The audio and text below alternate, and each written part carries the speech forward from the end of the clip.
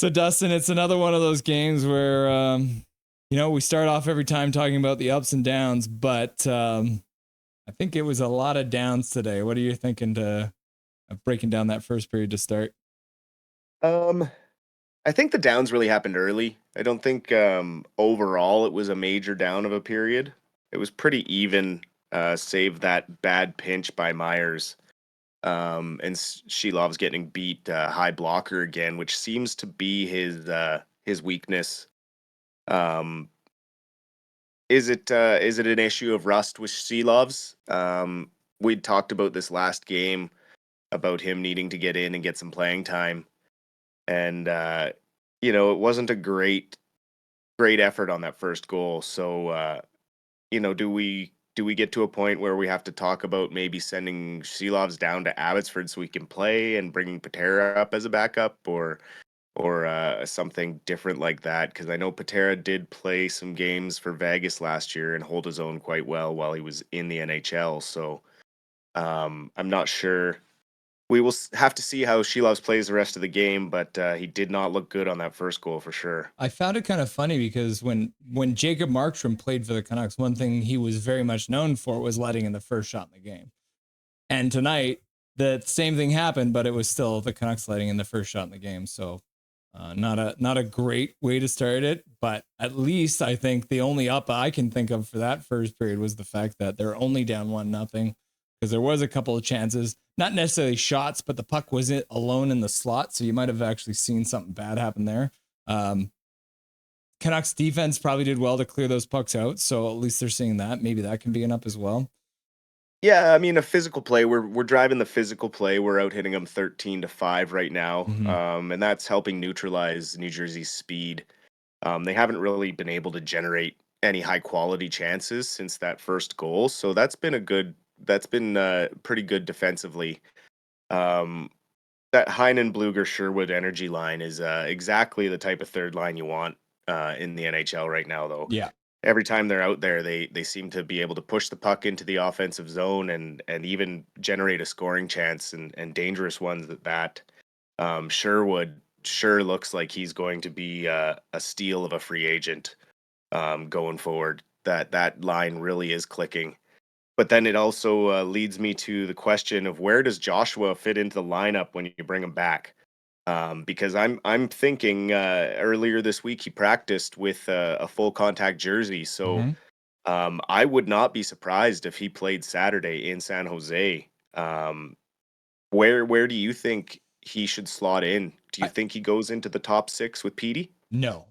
I think with the way that Taka was talking about, I watched him chatting about that situation, and there has been talk about maybe sending Dakota Joshua down for an AHL conditioning stint. But Taka said, no, we haven't really talked about that. More likely than anything, they're just going to manage his minutes. So I think the really easy one is you have Sprong come out of the lineup, and then you have Dakota Joshua fill in on that fourth line. Because if you're putting him out there with Hoglander and Suter as it is set up right now, that wouldn't actually be a very bad place for him to start, getting maybe 10 minutes in his first game. And maybe not a bad idea to do against the lowly Sharks, even though they are, doing a little better than they have been. So, but you think that probably would be how it ends up going? I think that's probably an accurate way to go. Yeah, put him in the fourth line for a couple of games, see how long it takes him to get up to speed. Um, I don't think, with a guy like Joshua, I think he's probably been pushing his exercises to the limit Mm, with what he could do during his recovery. So I would expect him to be hungry and bringing a lot of energy whenever he is due back. yeah. I would have liked to have seen Shelov's held off until Saturday as well, give him a little easier start. But the team is doing an okay job of limiting dangerous chances. So as long as they can continue to do that, I think we'll be okay here against New Jersey. We just got to start getting a few more shots through. The Devils have blocked, I think, 7 of our shot attempts. So if we could get more of those on goal, that would be good. And face-offs, we got to win more face-offs. They're winning 60-40 right now. Oh, So wow. we which is not usual for us. So we need to get Miller winning some of those draws. Well, I mean, going back to your point about the shots, like literally Quinn Hughes was probably in the most ideal shot lane, right high slot, ends up passing it off, right? So And Quinn has been the guy this year who has been actually shooting more often. So that was a little disappointing to see. Yeah, for sure. So we talked a little bit about my crazy prediction for the starting goalie for the Four Nations Cup for Canada. I really do think, I don't know, something tells me he might not start, but I feel like he might be a part of that roster just because it would be such a great story. But Marc-Andre Fleury played probably his last game ever in Pittsburgh last night, playing for Minnesota. Did you see any of the highlights from the end of the game there? I did. I mean, barring a Stanley Cup meeting between Minnesota and Pittsburgh, which Yeah. would be wild. Pun Yeah, no, intended. I think it's there you go. I think it's great that he was able to get a big win there in his final. Pretty cool.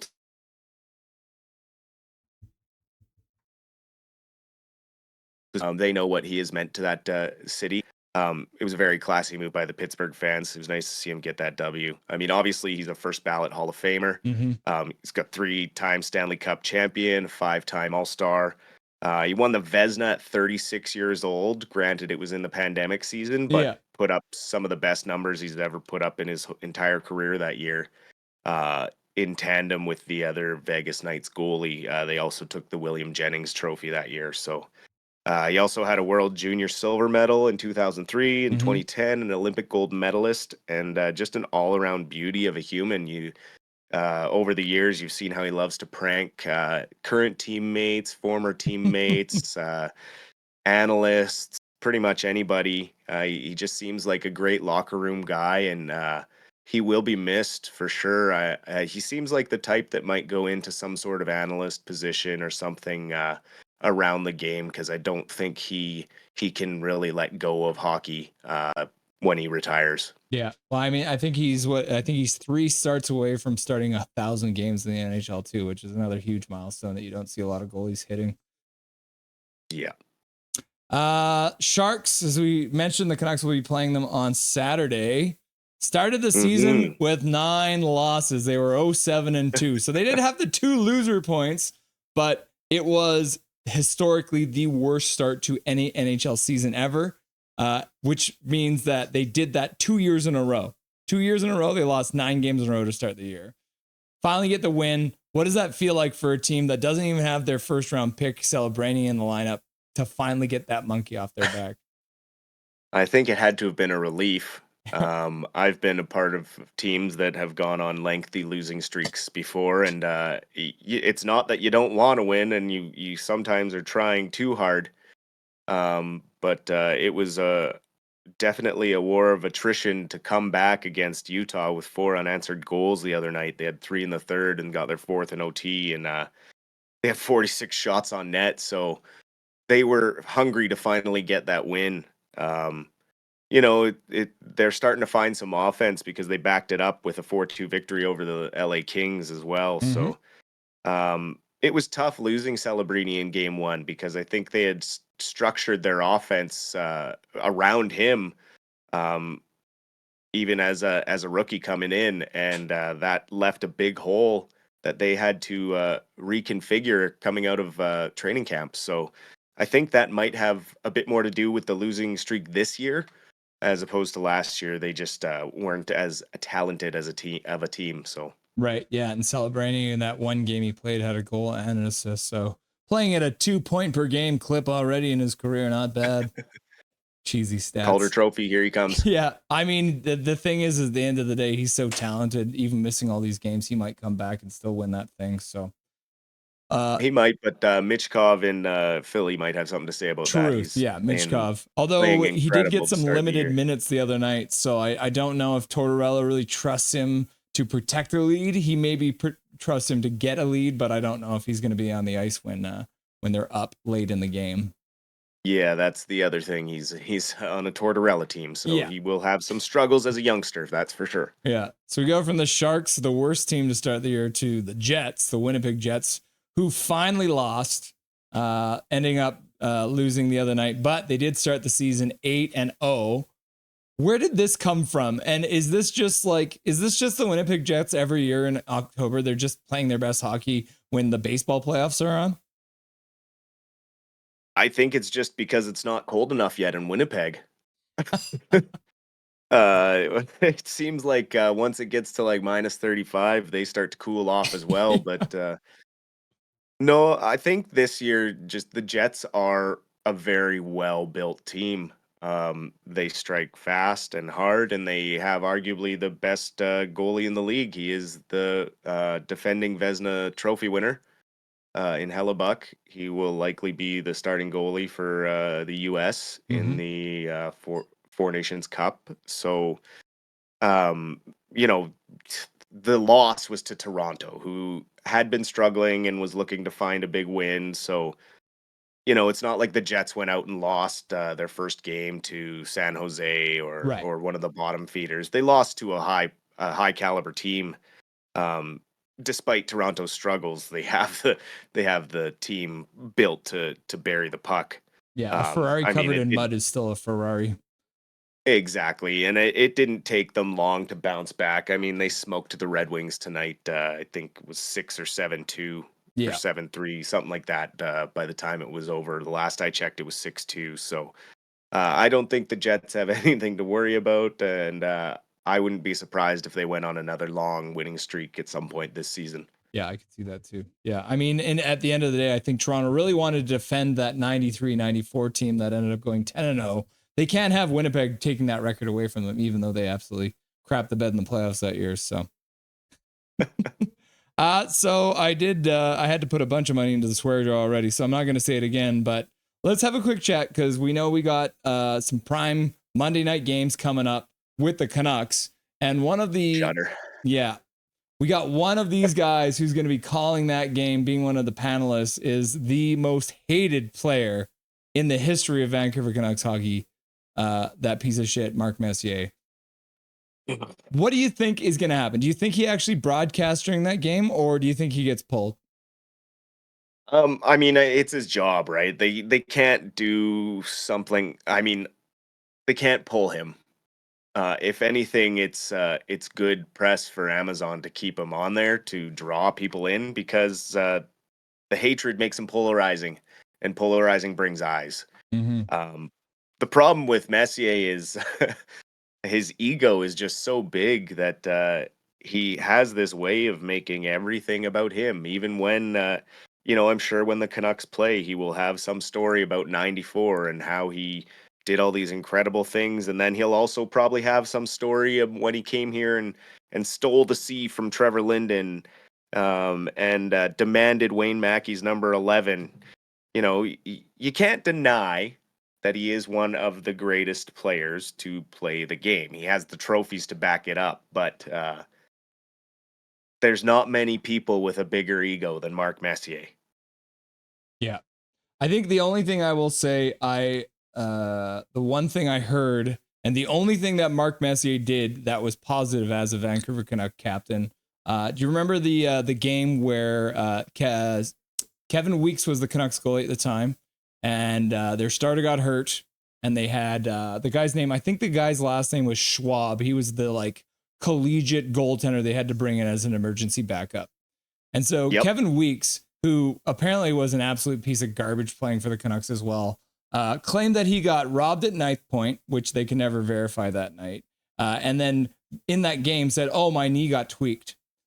So he was trying to come out of the game. And the Canucks trainer is like, "There is no way you're coming out of this game. You're not doing it to that kid. You're not coming out." And then Kevin Weeks leaves the game. He's like, "No, I can't do it. I'm out," forcing a college goalie to go in. And Mark Messier went to the Canucks manager and said, "You need to trade this guy now or I'm going to murder him." And that's the only thing I can grasp on to maybe not freak out when he shows up on Prime. But that is the one moment I think in his Canucks career that I can actually give props to him as a good leader. Yeah, I mean, it's tough to find someone who has a bigger ego than him, but him and I him mean, and PK go on those battles on Amazon all the time. But at least PK seems to make a point from time to time. yeah. Yeah. A point more than I was the greatest ever. I captained two teams to a Stanley Cup.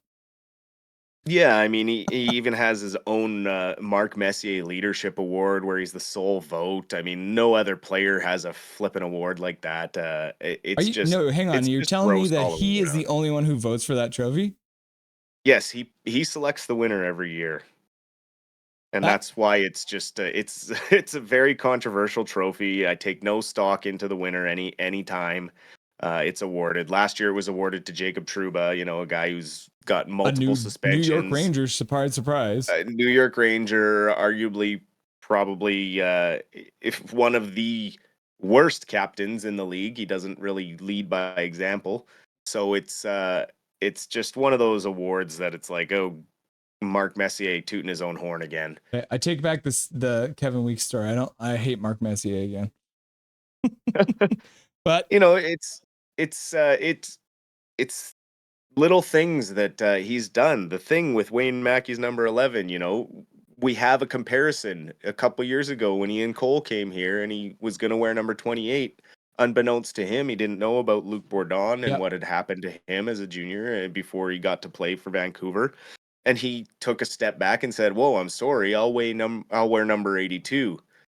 You know, that's a humble person who understands things. Whereas Messier said, "Nope, 11 or nothing."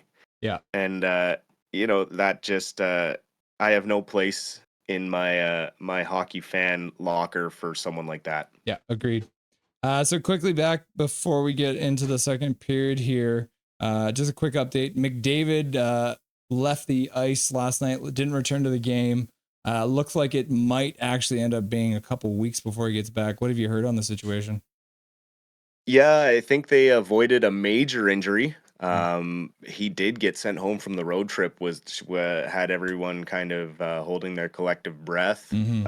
It looks like 2 to 3 weeks, but given Edmonton's slow start and struggles to find wins, with him out 2 to 3 weeks, what do you think that does to Edmonton's playoff chances overall? Do you think that could put them behind the eight ball come April? I wonder if it's a chance for other people to stand up, right? Because I remember the year that Sidney Crosby got hurt, Evgeny Malkin stepped up, probably had his best season ever, right? So you might see Draisaitl maybe take his game to another level, but without that motor of McDavid running it, you're right. They're gonna have trouble because they're already in trouble in a very competitive Pacific Division right now. So yeah, scary times for the Yeah, you know, Oilers. when the number one offensive player in the world is struggling to generate offense, and the rest of your lineup is not doing the things they were doing last year, you know, you got to think that that could be damaging. Yeah. But we better wrap this up because I Yeah. think the second period's starting here. Just So getting started. Thanks, Dustin. We'll see you again at the end of the game. Make sure you keep close attention, and then we'll get an update about the Abbotsford game tonight as well when we get you back after the game. sounds good. Nothing is perfect.